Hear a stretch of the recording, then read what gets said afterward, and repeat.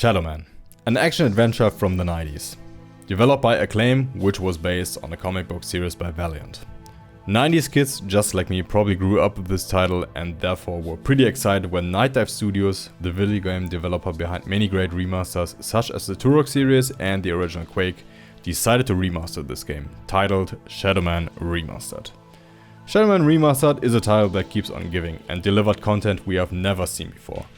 In the latest updates, besides many other things, Shadow Man brought us a new difficulty setting called The Horror, which definitely increases the replay value of this game.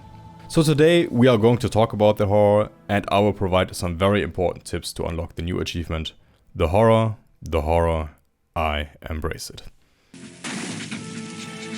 My name is Sunblade and I welcome you to 5-9 Gaming, your source for news and updates for everything gaming related. I am very excited to talk about one of my favorite games of all time today. But before we dive in, make sure to like the video and subscribe to the 5-9 Gaming network.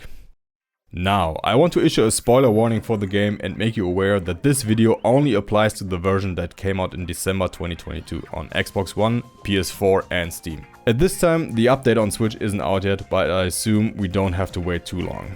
But anyway, there is a chance that Nightdive Studios will update certain things with a patch, which could result in making this video outdated. This difficulty has gone through a long beta phase on Steam and has received multiple updates since then. And let me tell you, when Nightdive Studios first released it, The Horror was absolutely terrifying and extremely hard to beat. So, what exactly is this new difficulty setting, The Horror, and what makes it so challenging? More enemies and deadly obstacles have been added in all levels. Most deadly obstacles you already know are faster too. Shadow Man receives twice the damage. The Shadow Gun deals less damage and no longer leaves life force drops after killing enemies. This shall incentivize you to use your voodoo weapons more often. When you reach the Shadow level 5, deadside enemies will get more HP and some of them will gain further resistance to the Shadow Gun. Almost all enemies now have at least one more extra attack or action. Those attacks are exclusive to the Horror difficulty setting. Enemies no longer recoil and are stronger, faster and better. Oh, they are faster, alright. And they are super aggressive. Sometimes they come over from other rooms to hunt you down, but this can be used to your advantage, of course. And last but not least, Violator ammo is capped at 250 now, and you have to get ammo upgrades from the playrooms in order to increase to 500 and then to 999. It isn't enough anymore to just get the second Violator. So you get 2 more accumulators from the 5 and you can use those 2 in the playrooms to get additional ammo on normal, but on Horror you actually get upgrades for your ammo. So definitely make sure to get those so the endgame gets way easier for you, especially the final boss. People were wondering about the new save system in The Horror, which was implemented in the beta, but after getting the achievement on Xbox just now, I can confirm that Nightdive removed the restrictions, but the story doesn't end there. I actually talked with one guy from Nightdive's dev team about it, and luckily he let it slip by accident that Shadow Man Remastered has an Iron Man mode that makes use of this mechanic. That's mind-blowing. My guess would be that this Iron Man mode is basically the old beta from mid-22, where you can only save once per area and you can only save again when you warp. And more importantly, that you get the bad ending immediately once you died, after you get the Eclipse here. But since nobody found a way to access this mode yet, it's still up for speculation.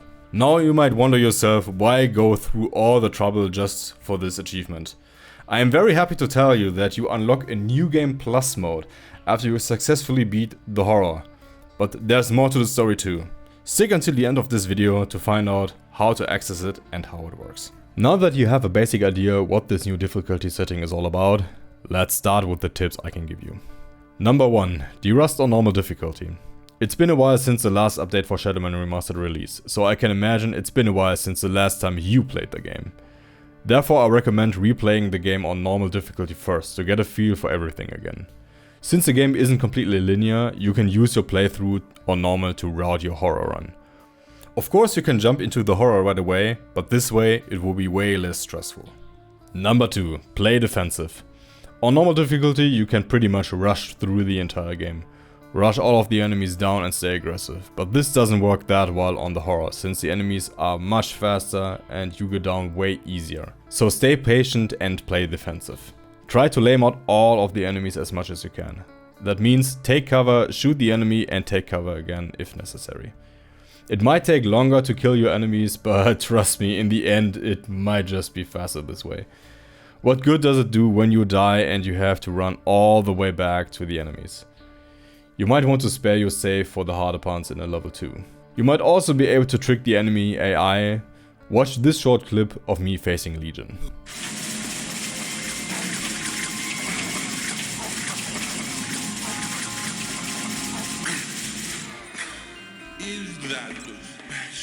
Number 3. Don't try to kill everything.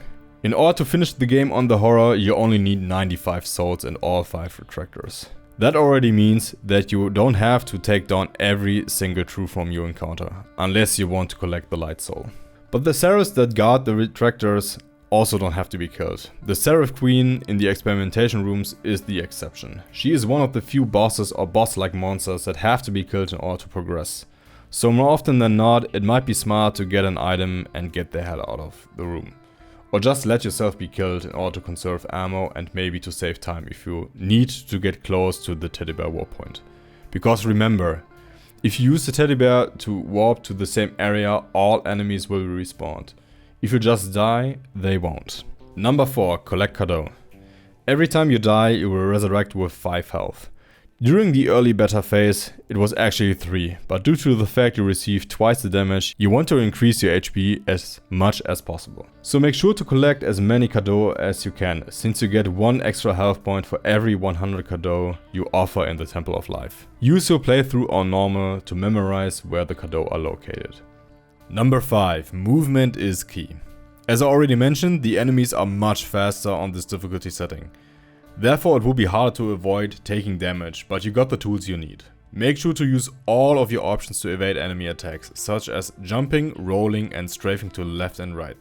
It's really important that you keep moving when fighting enemies on the horror. Number 6. Charge your shadow gun at all times. As you know, the game is dark as hell, and since more enemies are present in the horror and sometimes at places where you can slam your controller against the wall, make sure to charge your shadow gun at all times so you can deliver one strong blow as soon as you encounter an enemy. Number 7. Use your voodoo weapons. This update included a new voodoo weapon which is located in the experimentation rooms. This will be your best friend in the early game and will make the game much easier on the horror. Do not be afraid to use your voodoo weapons and get the Tete de Mort as soon as you possibly can. Number 8. Remember to restock on ammo. Shadow Man Remastered has some great points where you can get ammo for your life side weapons and of course the violators.